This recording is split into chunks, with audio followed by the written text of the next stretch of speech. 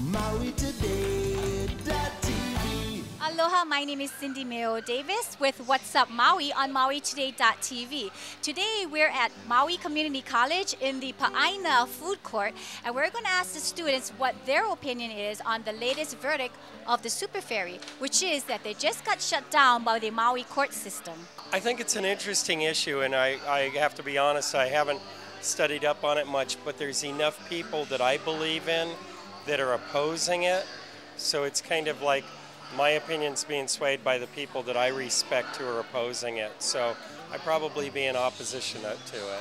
I think my opinion is it's the right thing. You know, I think Cardoza, did what he felt was right. And the opinion is, he's going to do the EIS, the environmental thing, and it's kind of only right. Want to do to save the environment and do as much what we can with it. So I think he did. I think it was the right ruling. I'm mixed because the stats I know, Maui has already spent $40 million. I think there should have been an environmental study first, but I personally am for it because I think the economy can grow and benefit from it, and I think a lot of things are changing here. Possibly today we'll find out there'll be no more biking down Haleakala. So a lot of things are changing. My auntie runs a B&B. They've stopped that. And so you can't just keep saying no to progress. It's going to come. So I'd rather see certain things like that than other housing developments. So I'm for change and progress, and I'm for the SuperFerry. Well, from what I heard was they never did their environmental impact survey, and obviously that's something that needs to happen before they can continue to do service.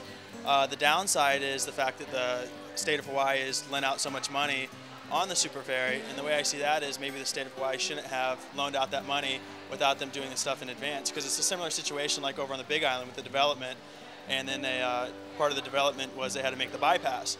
As soon as the judge shut down the development, he in turn shut down the bypass, which was an uproar from the people on the Big Island. They're like, oh, maybe the development's okay. So there's a way to get the people behind it, which is the fact that we've invested all this money. So it's kind of like, I don't know, I feel like the state of Hawaii is a little bit at fault there too, because they're adding that pressure from the people now, saying, hey, well, we put out all this money, we want to see it go, which again goes around the whole fact of what's going on, which is the fact they never did the environmental impact survey. I think it's a good thing that we don't have the SuperFerry. Disregarding all the, I don't know, I just heard a lot of bad stuff about it. I don't know.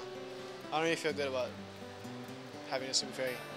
I am concerned about the marine life, but there's already those big ass cruise ships out there, so you tell me something. I don't know, really, I think it's great that perhaps we could, if it is no more damage than the cruise ships, then I think it's great that we could go back and forth more easily to Honolulu and pay attention to our cousins over there. Oh, well, I feel that it's a very decisive moment. I'm glad that the judge ruled according to the law and said that the SuperFerry requires an EIS to operate, which is, according to the law, should have happened in the beginning.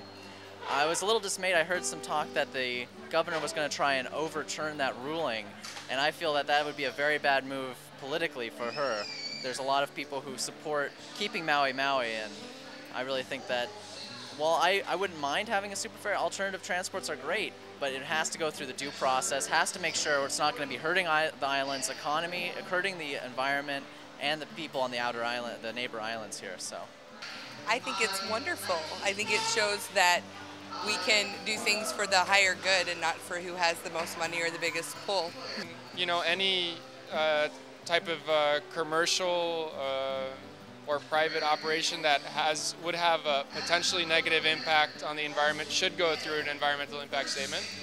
And once that goes through, then we'll wait and see the results and see what happens next. I do believe that an inter-island ferry system is a good idea. It's a question about what form that should take, I think, is the issue. Mahalo and thank you for joining me. I'm Cindy Mayo Davis with What's Up Maui here at the Maui Community College Cafeteria. Join us next time on our next edition on What's Up Maui on MauiToday.tv. Ahui ho! Maui Today.